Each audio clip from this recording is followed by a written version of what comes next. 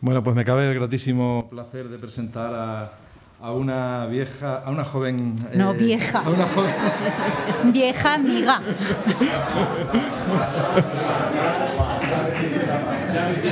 Vieja amiga. Bueno, entonces está claro que la ironía y que la broma no se capta. Una joven amiga, pero vieja conocida, de los profesores que formamos parte del Departamento de Historia de la Universidad de Extremadura. Son muchos años ya de relación con Encarna, que es extremeña, aunque sea catedrática de Historia Contemporánea de la Universidad de Huelva, que tuvo una relación muy estrecha con nosotros en los primeros años, Sí. y que fruto de esos años, bueno, pues fueron una serie de contribuciones muy importantes a la historia de Extremadura. Estudió en sus inicios pues la inmigración extremeña a Indias allá por el siglo XVII, ¿te acuerdas de aquella... algo que después no tendría mucho que ver con su posterior trayectoria ya centrada en el ámbito de la historia contemporánea. También hizo un estudio muy meritorio sobre la dictadura de Primo de Rivera, las diputaciones extremeñas en la época de la dictadura de Primo de Rivera. El documental Cuna de América fue ella la que lo sacó de donde estaba, escondido hacía ya muchísimos años. De manera que la contribución a la historia de Extremadura pues muy importante en el ámbito historiográfico. Y luego después, bueno, pues su trayectoria ya en la Universidad de Huelva, pues muy fructífera, hasta el punto de que es una de las máximas especialistas en los procesos de transición, fundamentalmente en los procesos de transición comparada, que es una de las circunstancias por las que está hoy aquí entre nosotros, ¿no? Pues estudió la transición en España, pero también, digamos, en el ámbito de Chile, que es el tema concreto de su conferencia. También en Portugal, la percepción de la transición en Estados Unidos, en Francia. De manera que estamos ante una auténtica especialista en este tipo de procesos y que además de eso pues es una gran amiga, y entonces como se unen las dos condiciones, pues yo encantado de compartir con ella este breve tiempo del que disponemos y aprender mucho y a preguntar mucho también, que es de lo que se trata. Así que, Encarna, tienes la palabra. Bueno, gracias, Juan. Después de ese comienzo glorioso, le vamos a dar la vuelta y terminamos por el tema de la amistad. En fin, quiero agradecer mi presencia aquí a la Fundación Academia Europea y Latinoamericana de Yuste, también a la Universidad de Extremadura y, como no, al área de Historia Contemporánea, del que casi se puede decir que soy un miembro aspirante. Bueno, somos no solo colegas, somos amigos y en parte esto para mí siempre es una vuelta a casa que quiero agradecer por un poco más incluso de lo que Juan ha marcado, porque mi primera beca a Chile, a Valparaíso, me la concedió uno de los institutos que está subsumido en esta fundación, el CSECI, y la segunda me la concedió el ICI, justo con la gestión del señor Luis Yáñez, así que estoy aquí sobre todo para agradecer. Y dicho esto, pues voy a empezar diciendo dos simplezas, pero es que las simplezas son siempre importantes. La primera de las simplezas es que Chile y España son dos países muy diferentes, no solo lejanos, sino que son diferentes. Por tanto, las comparativas son más bien académicas y, como todo lo académico, tiene un componente importante, iba a decir de falsedad, vamos a dejarlo ahí. Y segundo, esto es un ejercicio escolar y yo lo he extremado hasta el extremo porque no suelo hacer cuadros comparativos, pero quería ahorrar tiempo y me he esforzado por hacer unos cuadros. Y todo este esfuerzo en racionalizar, hacer un ritmo cronológico y periódico, pues tiene también un componente a veces de querer llegar demasiado lejos y terminar, como dirían las últimas corrientes historiográficas, distorsionando, las últimas corrientes dirían deconstruyendo la realidad. Pero bueno, para empezar con este tema, este cuadro lo he puesto solo porque me gusta a mí.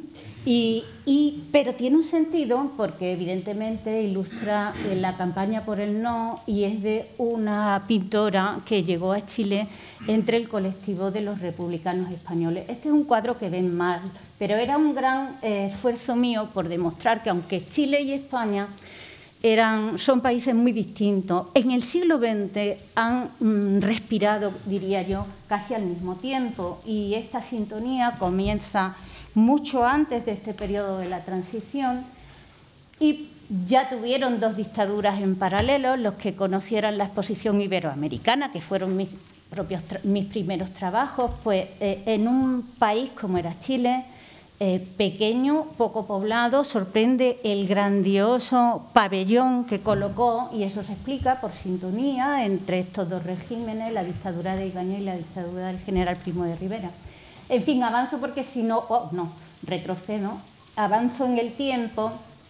Creo que no se podría entender ciertas sintonías que antes Luis Yáñez remarcó, que son los acercamientos entre las sociedades, entre los pueblos, si no tuviéramos en cuenta el exilio, la llegada del exilio, y el exilio si no tuviéramos en cuenta la sintonía entre los intelectuales chilenos y españoles en esa etapa. Y avanzo, la dictadura franquista tiene precisamente también, Luis Yáñez lo subrayó, tiene una cierta sintonía. Yo voy a ir muy rápida sobre la sintonía para centrarme más en las situaciones que las separan.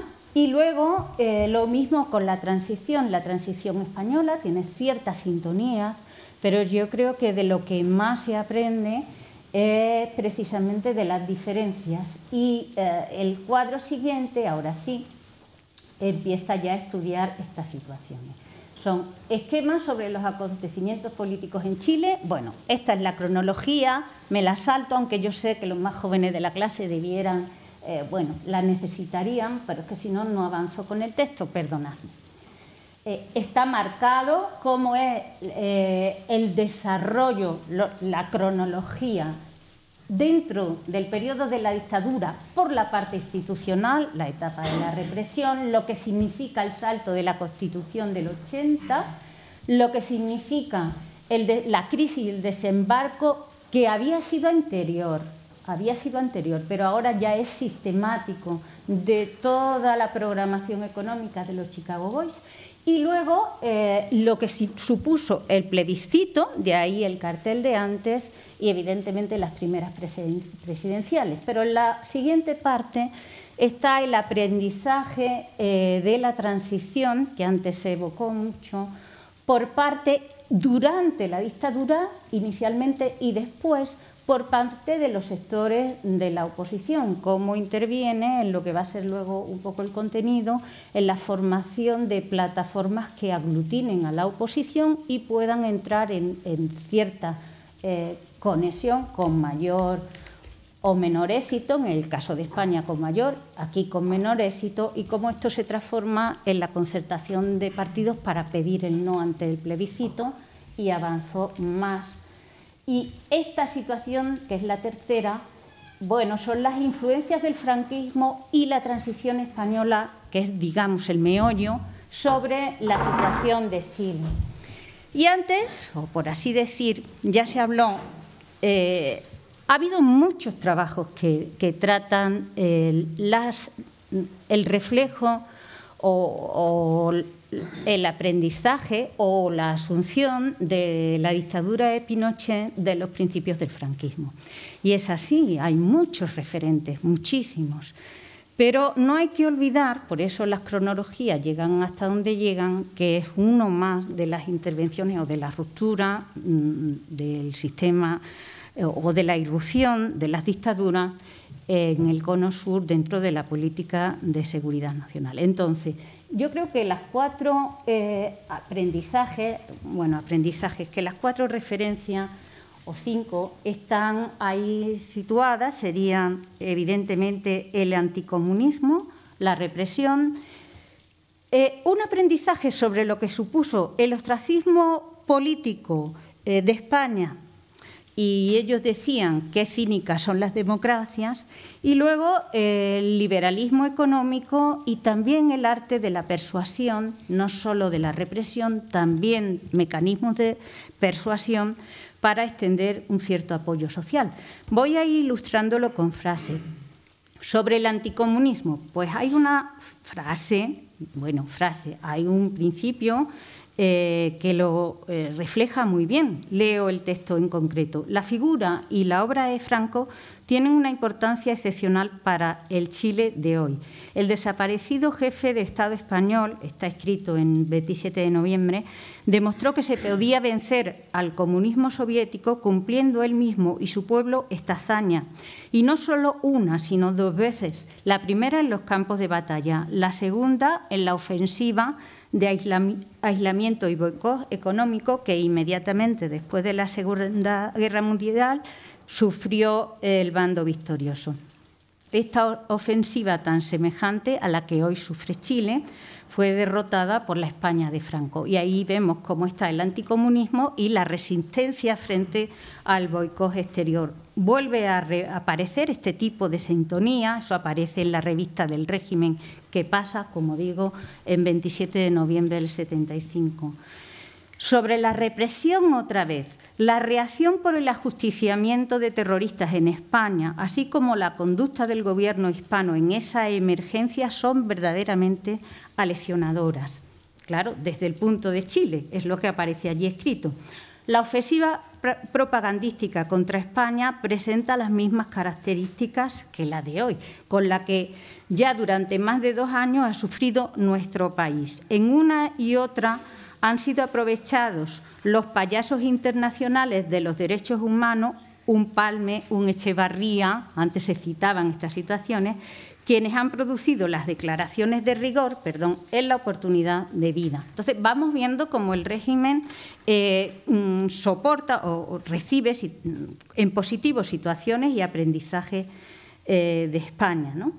La defensa de la economía liberal. No se construye, texto chileno, no se construye un país con atenciones versallescas, se construye con sudor, con sangre y lágrimas, con esfuerzo, con trabajo, con tesón. La experiencia española es un buen ejemplo que debe ser tomada en cuenta por los que habitualmente hacen demagogia en nuestro país. El régimen franquista tuvo que hacer ingentes sacrificios durante más de 20 años como consecuencia de la destrucción objetiva en la que había quedado España, y luego elogia, y lo abrevio, pero se lo resumo, créanselo, es verdad el texto, elogia lo que fue la etapa del desarrollo a partir de los 60 y dice pues, que eso también es un ejemplo para Chile. Insistiré luego que a mi manera de ver no es tanto un ejemplo como una gran diferencia, porque el neoliberalismo no tenía, no significaba y no fue el desarrollismo de los años 60.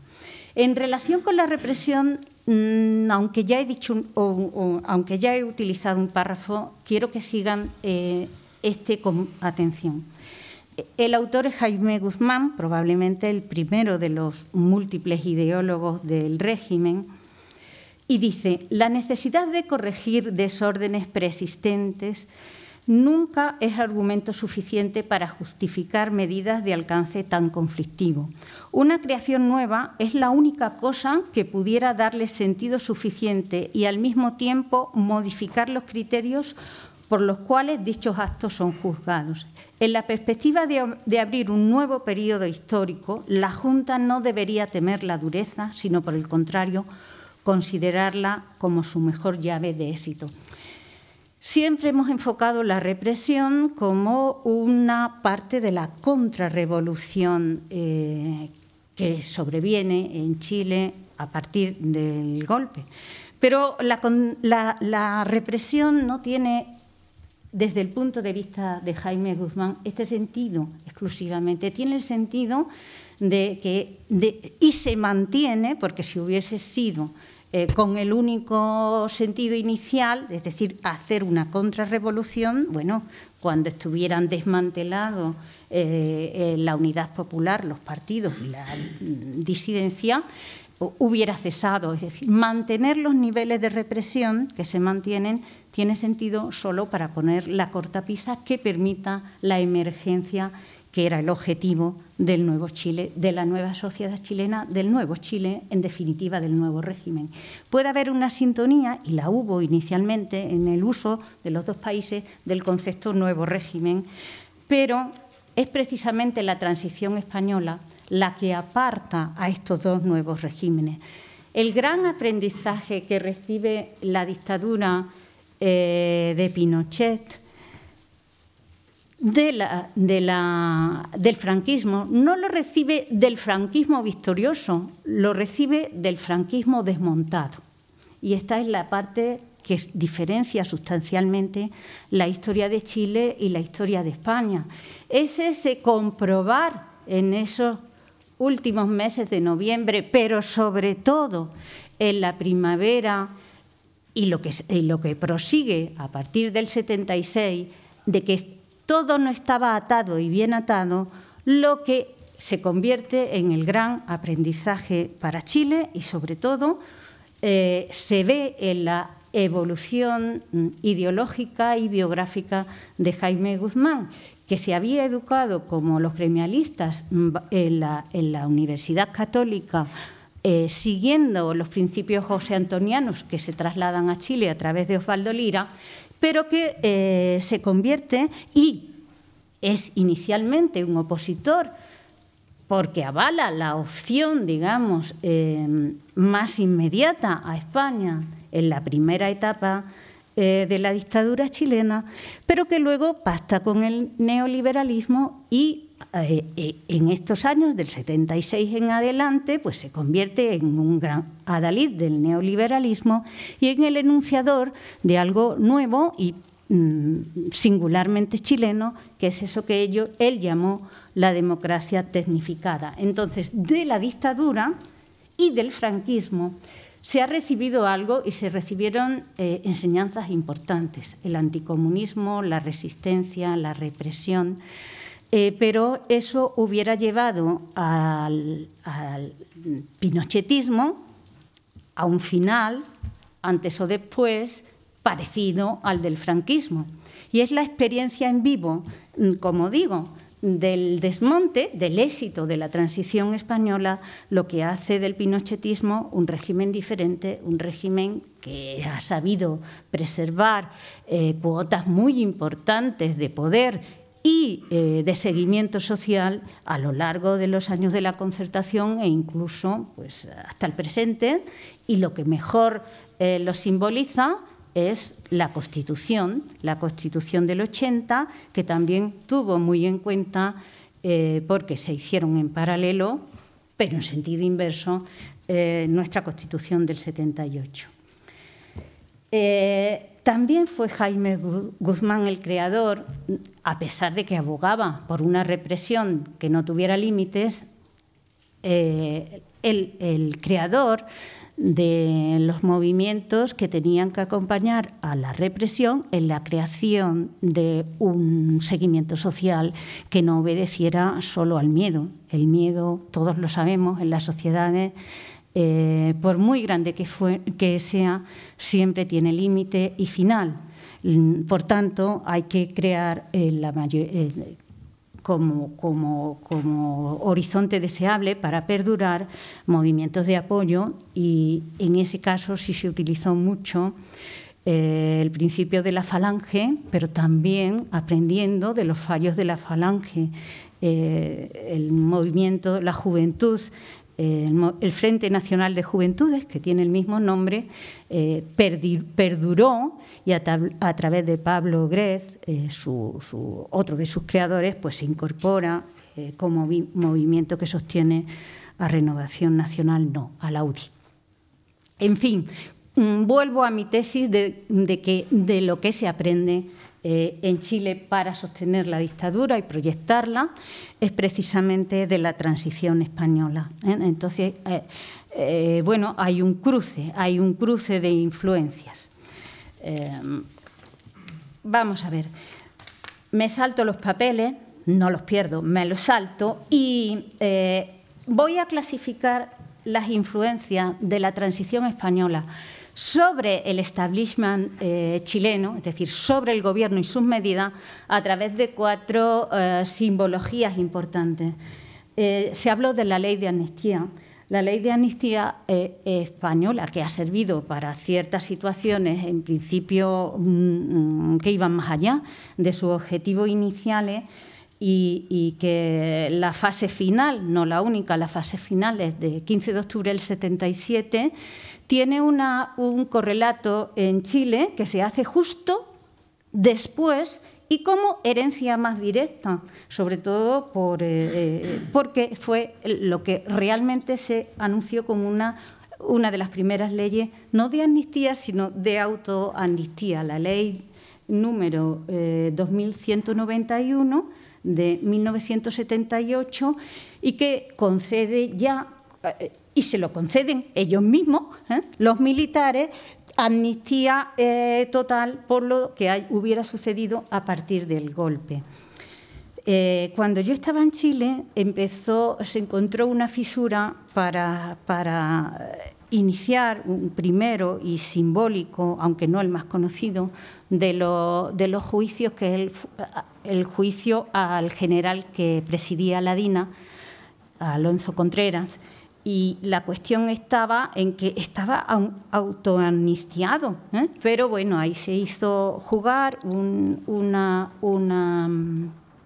doble situación jurídica. Primero, que las violaciones de derechos nunca prescriben, y segundo, que había sido la DINA la autora de asesinatos de ciudadanos que no eran chilenos, y por tanto esa era la punta del cordelito por el que se podía empezar a deshacer el sistema de autoamnistía, cuya ley no ha sido derogada aún hoy en día, y que en la campaña de Bachelet se prometió la derogación, pero no se ha conseguido, pues por la idiosincrasia del sistema político chileno, y que es una de las cosas que se le ha recriminado en esta etapa final y de la pérdida de elecciones. Bueno, la ley de autoamnistía.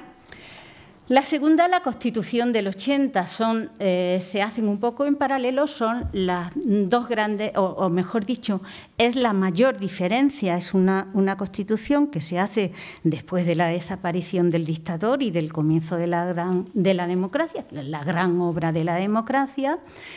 Y en Chile la Constitución del 80 es la gran obra del régimen.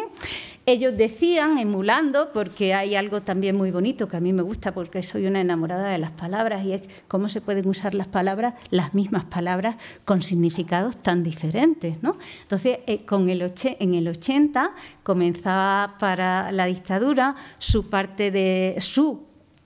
etapa de transición, porque estaba fascinado por ese ímpetu y por ese buen nombre y por ese reflejar de lo bueno del proceso español, tanto que una dictadura que quiere permanecer justo utiliza la misma palabra para explicar su permanencia. Entonces, es tan bonito que no tenía pensado aludirlo, pero no me resisto a ello. La Constitución del 80, pues, una Constitución que estaba blindada, como se ha demostrado, y permanece blindada en gran parte de su esencia, que elegirla como parte de la Constitución, el sistema neoliberal, ¿no?, que es una Constitución antipartidos y antisindicatos, y así perdura, y que ha sido difícilmente reformable, en parte porque una de las reformas, la primera, la que se hizo en tiempo de la dictadura, la del 89, la blindó más que nunca con las conocidas o llamadas leyes de amarre, que tienen también una autoría importante por parte de Jaime Guzmán. ¿Cuáles son esas leyes de amarre? Este es el gran aprendizaje de la transición española. Pues la primera de las leyes de amarre, bueno, para los más jóvenes, entre el 88, que se pierde el plebiscito, y el 89, pues hay un tiempo en el que la dictadura está en el poder preparando las primeras elecciones presidenciales, pero ya sabiendo que se iban porque habían perdido el plebiscito con el no, pero tiene un año. Entonces, en este año se hace una reforma a la Constitución añadiendo pues, una serie de transitorias. La primera, la inamovilidad de los comandantes en jefe.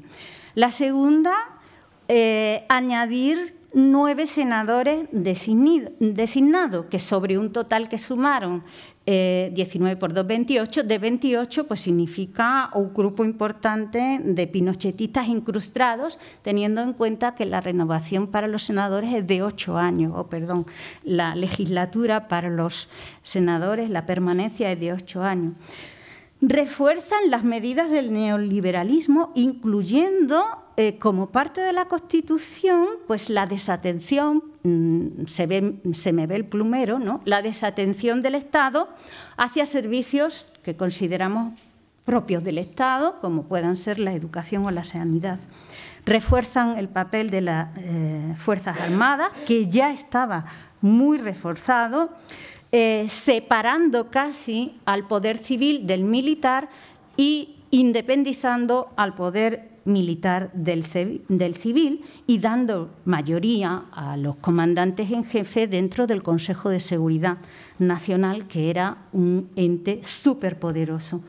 Establece el sistema extrañísimo electoral binominal, pues que beneficia a la segunda mayoría. En este caso ellos sabían que había posibilidad de perder, entonces para incrementar la presencia del pinochetismo en las Cortes que pudieran ser votadas en un futuro, es uno de los pocos mecanismos electorales que se hacen en favor de las minorías, aunque no de las minorías terceras, como hubiese sido el Partido Comunista Chileno, que por el sistema binominal, aunque fuera elegido en alguna de las circunscripciones, no tendría derecho a presencia o tenía una presencia muy simbólica. Por otra parte, reforma finalmente el sistema judicial para dar mayor presencia real a jueces afines y también legisla el que no puedan ser despedidos los funcionarios públicos. Realmente esto es un aprendizaje exquisito a la inversa de lo que fue la transición y solamente la transición democrática española. Y solamente viéndolo así uno puede entenderse que en realidad algo que empezó con una fórmula vieja, la fórmula vieja de las alianzas oligárquicas, ¿no?, que se activan y se alían al poder cuando las mayorías contrarias llegan al poder para barrerlas, y eso es muy viejo en la historia y muy viejo, pues atraviesa toda la historia contemporánea, o desde que hay avance hacia los sistemas de representación y de democracia. En Chile se le da la vuelta para terminar siendo algo auténticamente revolucionario. Pasa de una contrarrevolución a una revolución. Los últimos libros hablan sobre ¿y qué revolución triunfa?, ¿no?, la suya o la nuestra. Así que creo que, resumidamente, esto es el gran aprendizaje de la transición para el sector del pinochetismo. ¿Cuáles fueron las influencias? Que agradezco muchísimo el lugar que se me ha colocado en los paneles de hoy por hablar detrás tuya, Luis, porque de alguna manera, bueno, esto que viene a continuación pues alcanza más sentido después de tus palabras, y porque yo antes le decía a Carmen, estoy rompiendo el protocolo, que había sido muy generoso en la intervención, porque hay una parte de las intervenciones del Partido Socialista que estaban mucho más atrás del 82 y has pasado como ascuas por encima de ella. Yo creo que son casi las más importantes, porque sin esas intervenciones de las que ahora hablaré, aunque de forma sucinta, no se puede entender lo que significa el 82. Las cifras a veces tienen magia y el 82 tiene magia, visto desde España. También el 86, que antes sí salió, tiene magia. Sin el 86 no se podría entender el acuerdo nacional, que es sustantivo. Bueno, ¿cuáles son las enseñanzas de la transición española ya sobre los sectores opositores y, por tanto, que buscaban el futuro de democracia? Pues en este afán de catalogar todo académicamente, creo que las enseñanzas vienen por tres campos. Una, sobre el modelo y la esencia del proceso de transición. Un modelo donde las ideas de cohesión, de reformismo, de ir de la ley a la ley, son sustanciales y en este caso sí fueron asumidas. No sé hasta qué punto conscientemente, porque eso es difícil de saber, incluso cuando haces entrevista oral, que yo soy, en fin, que siempre he hecho mucha entrevista oral, pero sí que se ve en los resultados, ¿no? Hay un momento sustancial, por ejemplo, para que empezara a hablar demócratas cristianos con socialistas, enemigos acérrimos en la etapa de la unidad popular, enemigos acérrimos porque la democracia cristiana de alguna forma estuvo detrás del golpe, o ya se puede decir, y un socialismo que era el socialismo heredado de la unidad popular y, por tanto, era difícil comenzar eso. Antes decía que la palabra puente está manida, pero ¿qué le vamos a decir? Trazar esos puentes entre interlocutores que venían de campos tan contrarios. Bueno, pues la enseñanza de la ley a la ley, la enseñanza de la negociación, la enseñanza del consenso. Hay también influencias de partido a partido y por eso digo que tal vez el Partido Socialista, esto ya sí que por la cronología y la sintonía, uno de los partidos que más, pienso que el que más interviene sobre la situación, básicamente por dos conductos.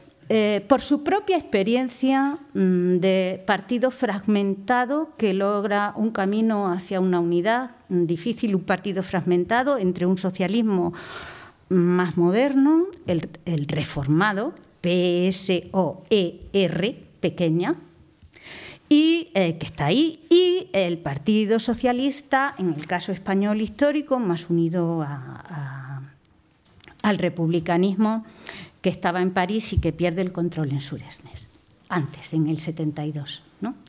Bueno, en este caso, yo creo que el Partido Socialista está en esa evolución del socialismo chileno, el socialismo más clásico, el de Clodomiro Almeida, para que al menos una parte de él, que fue una parte del partido que se separa, el Partido Socialista chileno reformado, el mismo apellido, y que gira en torno a nuevos personajes, como no, Bachelet, pero entonces era más jovencita y estaba en la República Democrática, más bien Ricardo Núñez, el mismo Carlos Altamirano, que es un cambio biográfico importante, ¿no?, de gran sostenedor de la parte más radical del socialismo de la Unidad Popular, a la gran figura homenajeada, no sé si en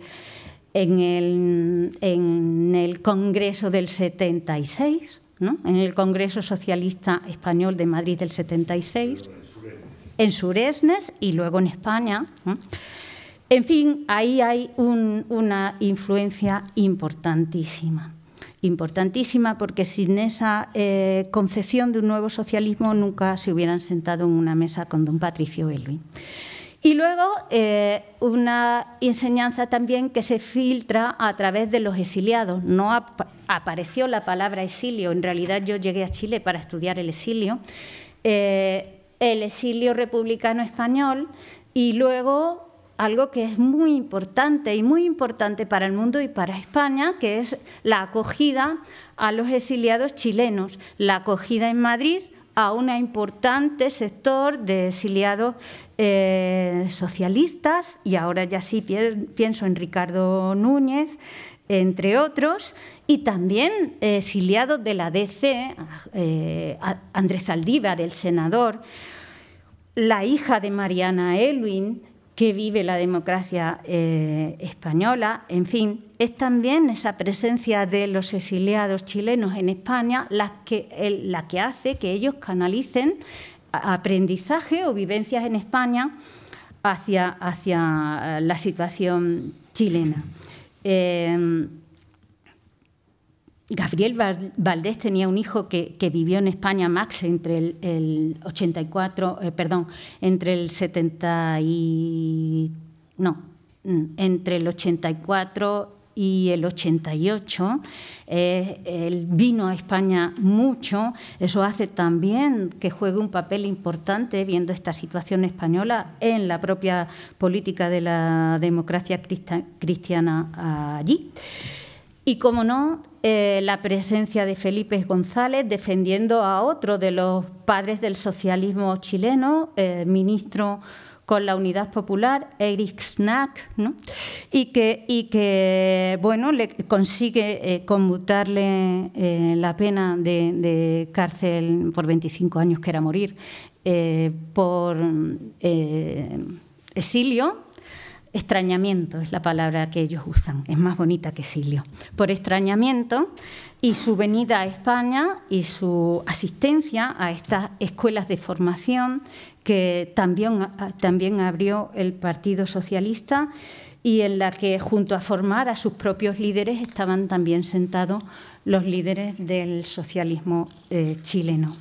Bueno, y así vamos viendo cómo las cosas se entretejen, ¿no?, entre influencias conceptuales que nos inventamos los académicos y relaciones afectivas, cordiales, personales, que son las que anudan unos caminos y otros.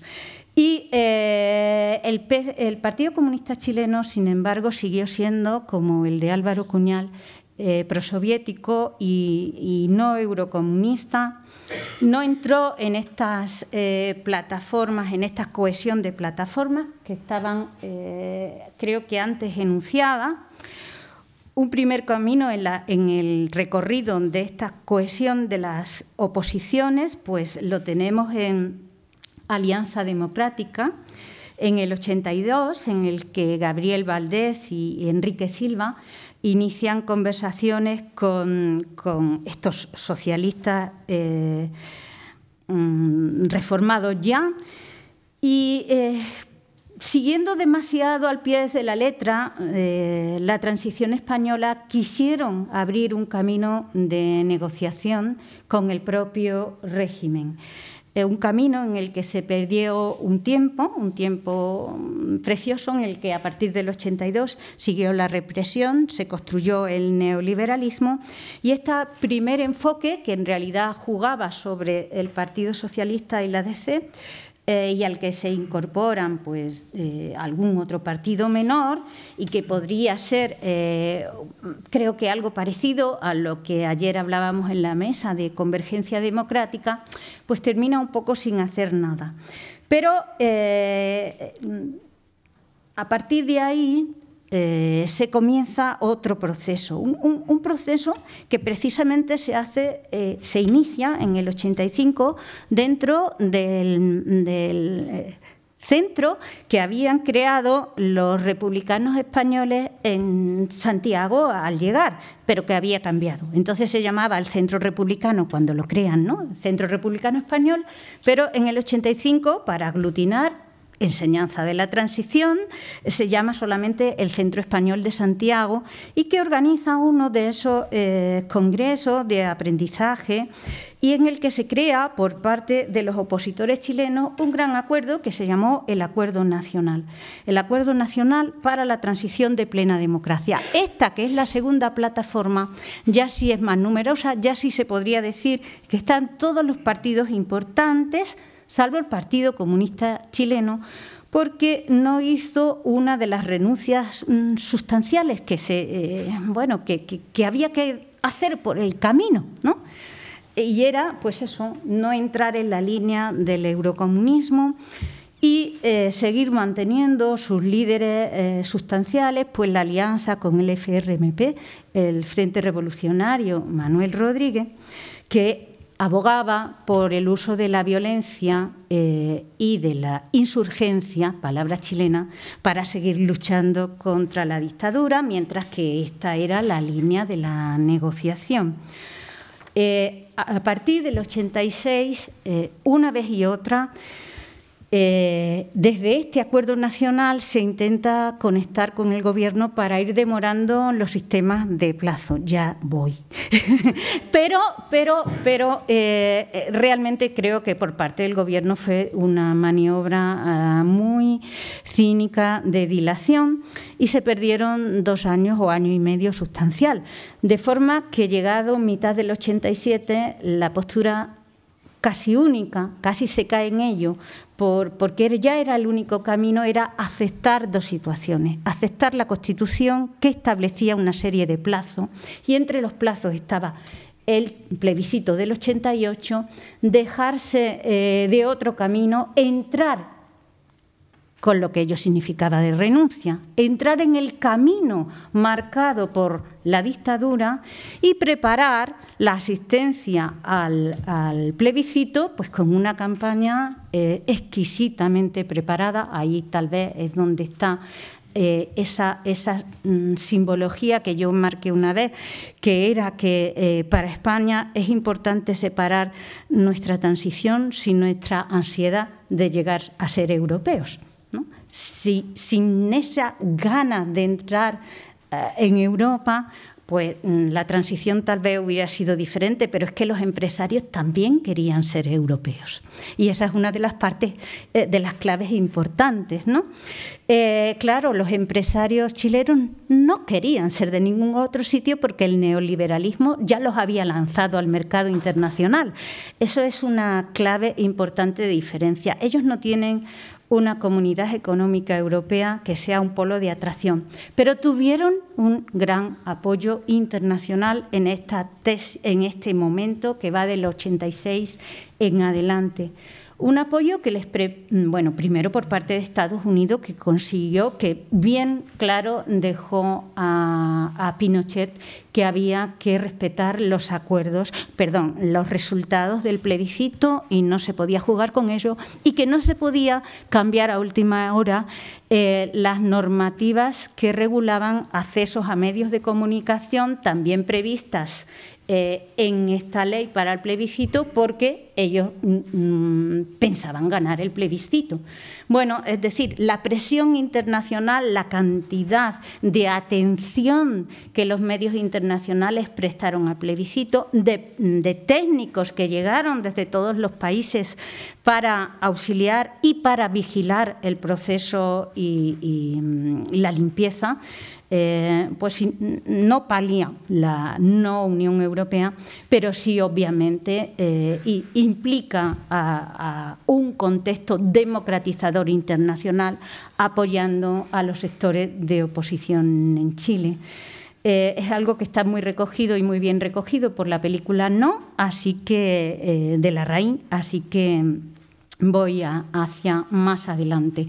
Claro, lo sustancial es que el pinochetismo contracorriente perdió el plebiscito y tuvieron que ponerse como locos a preparar unas presidenciales ya con otro presidente que no fuera Pinochet. Y aquí a veces las influencias son en un sentido, pero claro, es que las influencias también son en otro sentido. Lo que se aprende se puede mejorar. Sin duda, este aprendizaje de lograr confluencias y cuando algo se quiere conseguir, algo se tiene que ceder, ¿no?, que es la base de una negociación, en Chile se mejora muchísimo, porque era lo que fue la concertación como estrategia para acceder al plebiscito de forma conjunta, pues se termina en una fórmula de gobierno bastante estable y que ha dado a Chile pues el éxito de los sucesivos gobiernos de la concertación y, por tanto, la enseñanza va muchísimo más allá del precedente español. La transición chilena siempre ha sido, hasta hace poco, y lo voy a dejar ahí, una transición, la democracia chilena ha sido una democracia semisoberana, ¿no? ¿Por qué? Pues porque ha tenido que jugar con las dos grandes herencias, es decir, que el régimen no ha desaparecido. El régimen anterior mantiene grandes herencias. La primera, la herencia de la Constitución. La segunda, la herencia del neoliberalismo. Será el principio de lanza del mundo que tenemos hoy. Y esto es apasionante en un país tan pequeño como Chile, ¿no? Chile funcionaba 20 años antes que nosotros de la misma manera en que el mundo globalizado funciona hoy.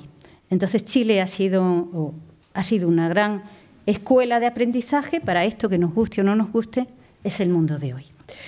Me quedan 7 minutos. Y 33. Bueno, pues entonces voy a cortar por aquí, por lo sano, porque no me quiero privar de algo diferente. Siempre me llaman para hablar del mundo de la política y la política no es lo mío. Yo creo que, y lo dije antes, ¿no?, que la sintonía entre los pueblos a veces acompaña a la política, pero es mucho más envolvente que la política. Esta historia, la historia de esta sintonía y de a veces falta de sintonía, tiene otro origen, un origen diferente. Se conecta el ordenador tiene un origen diferente, un origen en los años 20,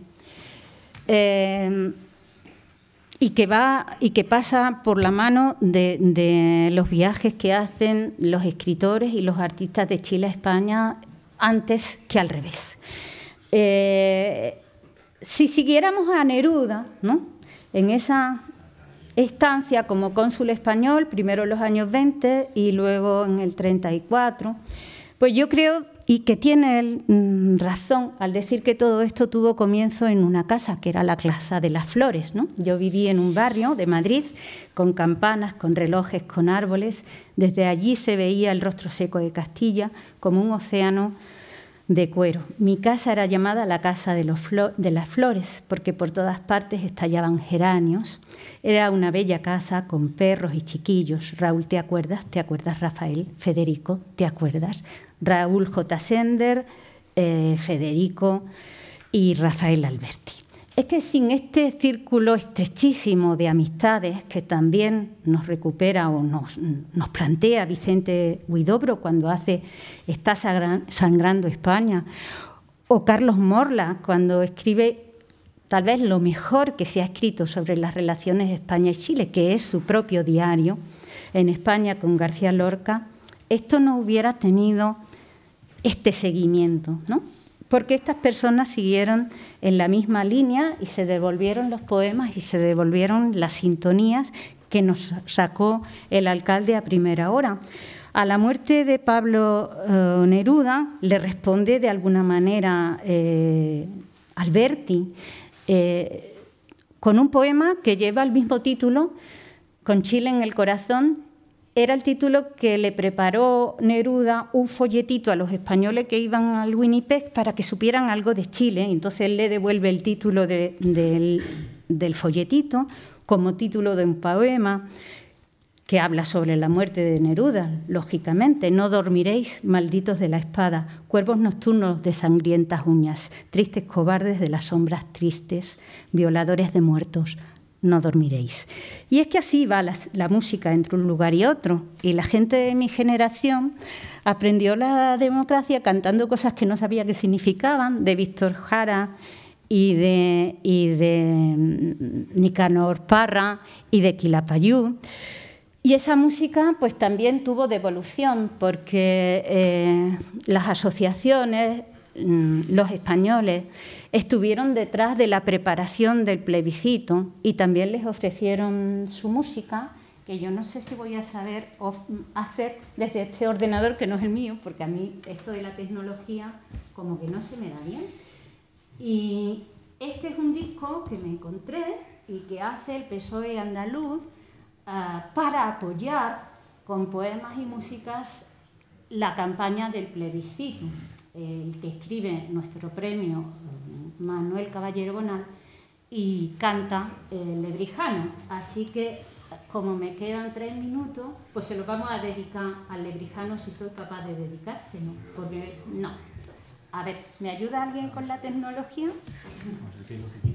Quiero darle a la última diapositiva. ¿Y si lo hago así?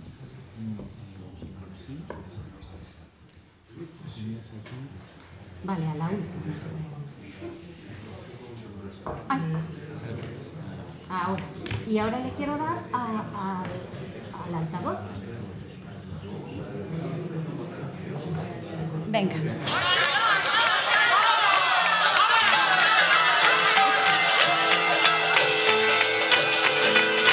sé qué llama todavía. En Chile hay una casa con 2 salidas. Con 2 salidas en Chile hay una casa de la María. En Chile hay una casa con 2 salidas. Con 2 salidas y una lleva la muerte de la María. Una lleva la muerte y otra la mía.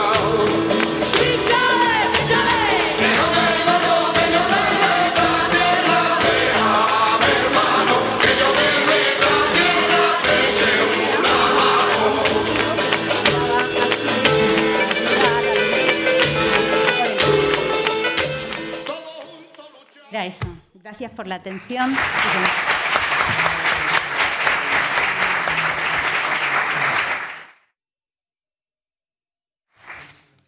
Bueno, pues muchísimas gracias, Encarna, por tu interesantísima intervención. Ya he visto a Alejandro que se reprimía de las ganas de salir a bailar una sevillana, pero se ha contenido, se ha contenido.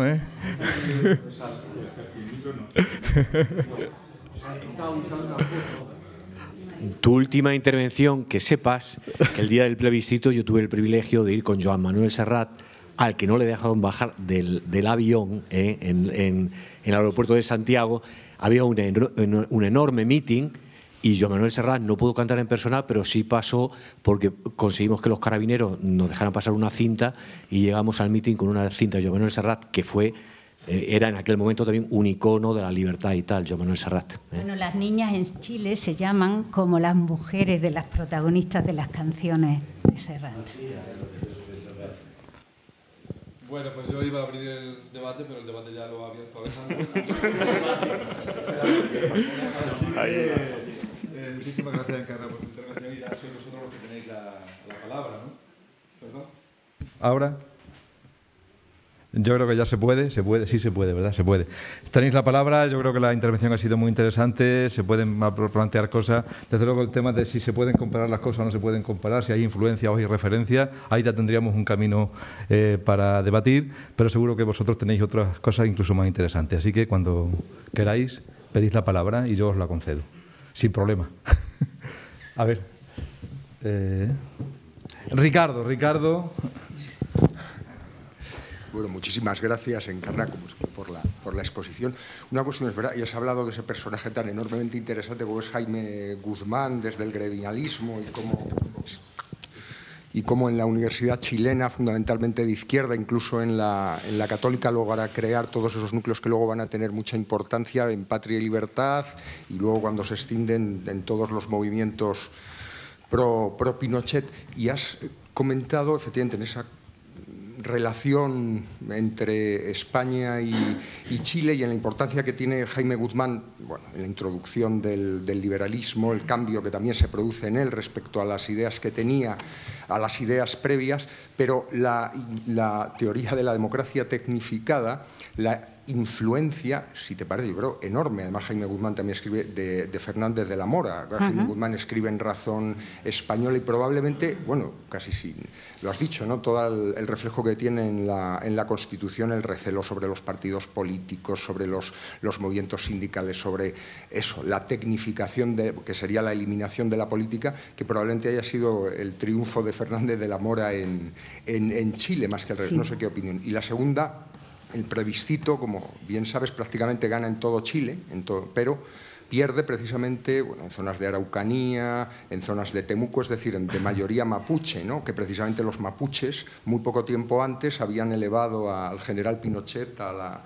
No recuerdo el término mapuche, pero como a su rey, a caudillo, en realidad, caudillo. Pero era con otras palabras. Efectivamente, toda la zona de Colonia Schmidt, y tú que conoces bien también esa zona, incluso hoy en día la mayor parte de las comunas mapuches están controladas por la UDI o por Renovación y siguen teniendo al general Pinochet allí. ¿A qué atribuyes esa relación ahora que se habla tanto de los pueblos originarios, el vínculo con Pinochet y con el pinochetismo de estos movimientos, no tanto de la juventud mapuche, pero sí prácticamente el 60 o el 70% de las comunas en torno están controladas por UDI, por Renovación, y la concertación no ha tenido prácticamente influencia en el poder local desde la transición. Gracias. Muy bien. Bueno, lo de Jaime Guzmán es así. No solamente escribe él, escribe Pablo Orez. Él es el principal vínculo entre el franquismo y es tan inteligente como para hacer una evolución fusionando perfectamente lo que era la parte más más obvia del franquismo con este salto también es que el tiempo también hay que hacer jugar la cantidad de viajes de López Bravo y la sintonía que traza López Bravo con un sector del pinochetismo. Es decir, estos aprendizajes son continuos. Lo de los mapuches, yo, sinceramente, Ricardo, no me lo he preguntado nunca. Pero es que tal vez yo diría que es mucho más anterior. Es que no, es una isla dentro de un país que tiene también otras islas poblacionales, quiero decir. Es un país, yo dije que era muy diferente a España, pero es que también racialmente es un país poco cohesionado, ¿no? Y tal vez la minoría mapuche, pero que en ciertas áreas de la Aysén para abajo no es tan minoritaria, ha recibido de la concertación muchísima preeminencia en el sentido a respetarles su idiosincrasia, a darles cupo de presencia en las instituciones, en las universidades, un poco no tomando eso de España, sino de países con minorías, por ejemplo, con Estados Unidos, preservar una presencia, pero no se ha logrado ningún tipo de, exitoso de integración y sigue siendo, junto con los universitarios, a los cuales, por ejemplo, se les ha contemplado por el gobierno Bachelet un tipo de matrícula gratuita, que eso en régimen chileno es una auténtica revolución social y sin embargo pues no se ha pacificado tampoco el mundo universitario. No sé qué decir más. Carlos. Sí, tú has dedicado bastantes minutos a hablar de los paralelismos entre el régimen franquista y el régimen pinochetista, la inspiración ideológica, del mimetismo institucional, incluso de algunas soluciones propuestas.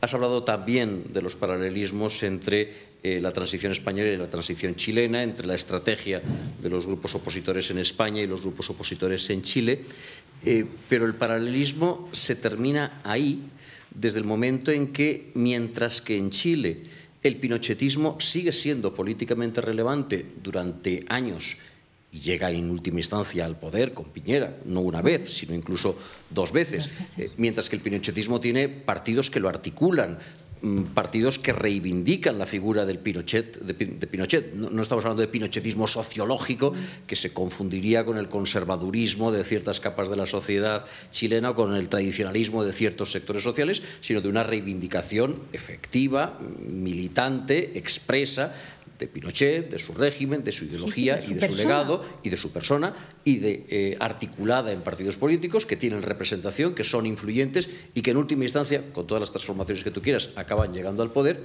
Eso no existe en España. El franquismo muere en el acto y no hay sucesores políticos del régimen de Franco. Nuevamente, podemos hablar de franquismo sociológico, pero sería difícil distinguirlo nuevamente del conservadurismo de ciertos sectores de opinión o de ciertos sectores sociales. Pero el hecho es que en España el régimen de Franco no es activamente reivindicado por ninguna fuerza política, ni una sola, más allá de media docena de diputados de Alianza Popular en la primera legislatura, que luego acaban siendo purgados por su propio partido, y de un solitario escaño en 1979, ¿no? ¿Qué explicación tiene el hecho de que un régimen consiga continuidad en democracia y el otro no? Que un régimen consiga ser reivindicado por un sector social importante, no mayoritario, pero sí importante, y el otro, por el contrario, acabe inmediatamente barrido a las páginas de la historia.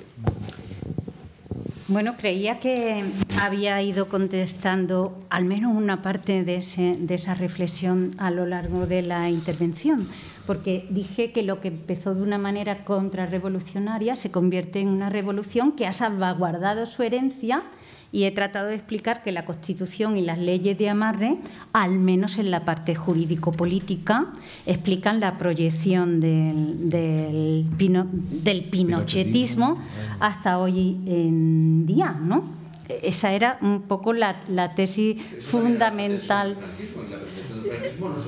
Bueno, hay otras grandes diferencias entre el régimen de Chile y el español. Primero, la generación que hace la transición en España es una generación no es la generación que vive la parte de la represión y la dictadura. Los líderes chilenos que estaban detrás, es que creía que estaba ahí detrás de los movimientos opositores, eran los mismos que habían sido desbancados con el periodo anterior. Creo que la parte internacional ayuda mucho a entenderlo, porque se produce en Chile la evolución a partir del 86. Y creo que la parte internacional también ayuda a entender cómo se va, y de una forma mucho más rápida, deshaciendo el franquismo en el periodo de transición.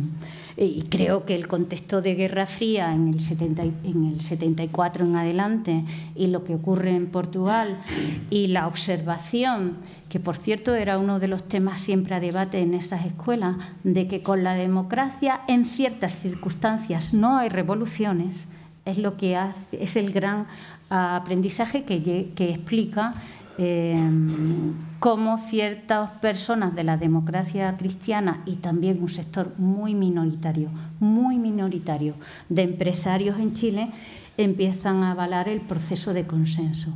Y hay tal vez una circunstancia que lo explica, y que son los famosos pactos de la Moncloa. Es verdad que pedían como el libreto de los pactos de la Moncloa, pero para Chile, para Argentina, para Uruguay, los pactos de la Moncloa, en Uruguay hay una cosa que se llama Pactos de la Moncloa, ¿no? que casi con el mismo nombre, y no era lo que ha significado en la historia los pactos de la Moncloa, una actitud de concertación a nivel social, pero que transforma también y plantea el principio del estado del bienestar, transforma el sistema impositivo. En Chile, los pactos de la Moncloa es la receta a cómo desmovilizar a la sociedad chilena para que no siga impulsando a la concertación hacia cambios mayores. Solo transmiten la parte de la desmovilización. Creo que hay que ver los dos procesos, no solamente comunicados entre ellos, sino inmersos en su contexto histórico. La fase de Guerra Fría del 74 en adelante, que es la etapa de la distensión, ayuda a entender el proceso de democracia en España, que se da con Franco muerto, y la supervisión que hay internacional sobre el famoso plebiscito intenta también, actúa también como algo que ayuda a explicar el arranque de la concertación en Chile. Y no sé si es eso lo que tú me estabas explicando, preguntando, ¿no? A mí me resultó interesante. Bueno, y Franco murió en la cama, ¿no? Bueno, es que no he marcado las grandes diferencias. Una de las grandes diferencias, la otra es la gestión de la memoria. Tiene la palabra Mario. Dos preguntas breves. Primero, te pediría que explicaras a los alumnos, porque seguro que muchos no lo saben, que quién es Fernández de la Mora, porque los profesores nos ponemos a explicar, que contextualizas un poco la figura y la compares con... No sabría hacerlo, eso que lo haga Ricardo, que trabaja... sí, lo digo de verdad. Es decir, sé que Jaime Guzmán estudia, a pesar de sus movimientos revolucionarios, estudia con Osvaldo Lira, que está absolutamente ligado a los textos de José Antonio, incluso a la persona de José Antonio en España, y evidentemente también a Fernández de la Mora, y recibe de ahí la parte casi, pero del hispanismo, y que yo creo también que hay... Y eso se vincula al Centro de Cultura Hispánica, que es como se llamaba, las fuentes del hispanismo, no tanto las fuentes del franquismo, que no son las mismas, como las fuentes del hispanismo. Y es eso, el hispanismo, por cierto, de Ramiro de Maeztu, pero también de Altamira, con el que se forman estas personas y que les permite introducir una versatilidad en su pensamiento y fundir ideológicamente muy bien lo que era el pinochetismo con la cultura del hispanismo español que habían recibido a través de estos personajes. Mire, y en segundo, bueno, haremos como hago yo en clase a veces, que lo busquen en internet y que sepan bien. Bueno, en segundo lugar, desde fuera, Chile podría parecer una democracia asentada porque se produce la alternancia. Ha tenido 2 mandatos Bachelet, 2 mandatos Piñera, ahora va a empezar el segundo. Y sin embargo, por lo que tú nos has contado, hay muchas limitaciones, ¿no? En ese sentido, en el ejercicio de las presidencias últimas, y así cumplimos también una de las finalidades del encuentro, de ver los retos del futuro también para Chile, ¿en qué han fracasado tanto Bachelet como Piñera en su programa político? Vamos a ver, yo no sé si puedo decir en qué ha fracasado, pero sí puedo decir cuáles son las limitaciones, cuál es un problema sustancial y que distingue incluso hoy, aunque cada vez menos, la situación que vivimos Europa de la situación que se vive en Chile. Chile mantuvo crecimientos fortísimos, ¿no? El famoso milagro chileno, con crecimientos casi durante 20 años por encima del 7% y situación de casi pleno empleo. Pero la mayoría, un 40% en esta altura, era pobre. Es muy difícil, vamos a ver si soy capaz de explicarlo como lo pienso. Es muy difícil tratar de consolidar la democracia sin reducir crecimientos económicos en cifras macro, crecimiento del Producto Interior Bruto, crecimiento de las exportaciones. Es muy difícil con el principio del neoliberalismo y con las cortapisas que pone la Constitución y con la esencia sustancial de que el Estado ya no es benefactor, ni el origen de todos los servicios, sino que es subsidiario. La política de privatizaciones, en definitiva, con reducción de la pobreza, y claro, han fallado. Yo no sé si la palabra es fallar, yo diría, en plan andaluz, que han hecho lo que han podido, ¿no? Pero es que son dos situaciones que son absolutamente contradictorias. En el gobierno de Bachelet creo que se intentó encontrar situaciones para mantener crecimiento, mantener pleno empleo, mantener neoliberalismo, mantener sistema abierto absolutamente al mercado internacional y limar pobreza. Y sí, se han sacado un tipo de ayudas asistenciales, pero realmente a la pobreza, ¿cómo se le decía en el tiempo de Franco? A la pobreza de solemnidad. Claro, este tipo de medidas para los neoliberales es una aberración y para los sectores sociales, otro tipo de sectores sociales, pues es poco. Por otra parte, y yo creo que en la prensa ha aparecido mucho ese concepto que solo en Chile se podía dar de los fachos pobres. Es que no podemos entender lo que es el mantenimiento de la concertación ni de estos sistemas limitados en Chile sin entender cuánto esto ya es encarnación Lemus total, cuánto puede alienar el consumo, el consumismo, perdón, que es diferente del consumo, ¿no? Es decir, es que cuánto puede fascinar. Solo lo podemos comparar con el esfuerzo que hacen nuestros más jóvenes para comprarse el iPhone 10, que no está en el mercado, y se anuncia como que lo puedes precomprar. A mí eso me parece una lección de realidad. Es que en Chile se precompra la comida. Es que en Chile se sale a tomar una Coca-Cola, hablo de lo que, como antes hacía Luis, de lo que ha vivido, y se paga con la tarjeta en 3 plazos, ¿a qué es verdad? Entonces, sin entender lo que esa forma de vivir y consumir hace sobre la cabeza de las personas, no podemos entender que el régimen pueda sustentarse, y que a lo mejor eso contesta un poco más a tu pregunta de antes. Yo creo que, por tanto, hay que mirarlo desde esa punto de mirada, opción. Hubo un pequeño artículo en septiembre comentando el periodo electoral, que hablaba del Centro Costanera Center, que es la gran torre que representa hoy el éxito y el orgullo del neoliberalismo en Chile, y que es el palacio máximo del consumo, pero que evidentemente es un orgullo nacional al que la mayoría nunca va a poder comprar allí, porque ni siquiera los europeos podemos comprar, está todo tan caro. Pero ese es el sistema que Chile tiene, el sistema que está ahí, el sistema que explica también el éxito de Piñera. No es importante que seas o no seas pobre. Lo importante es que tú te sientas pobre o te sientas clase media. Y entre el ser y el sentir, amigo, esto solo lo sabe distinguir la filosofía española, ¿no? Tú puedes ser más pobre que la rata, pero sentirte el rey del mambo, y contra eso no se puede luchar. Bueno, la dificultad y el reto apasionante de desentrañar la complejidad de la realidad, que es a lo que nos dedicamos los historiadores, ¿no?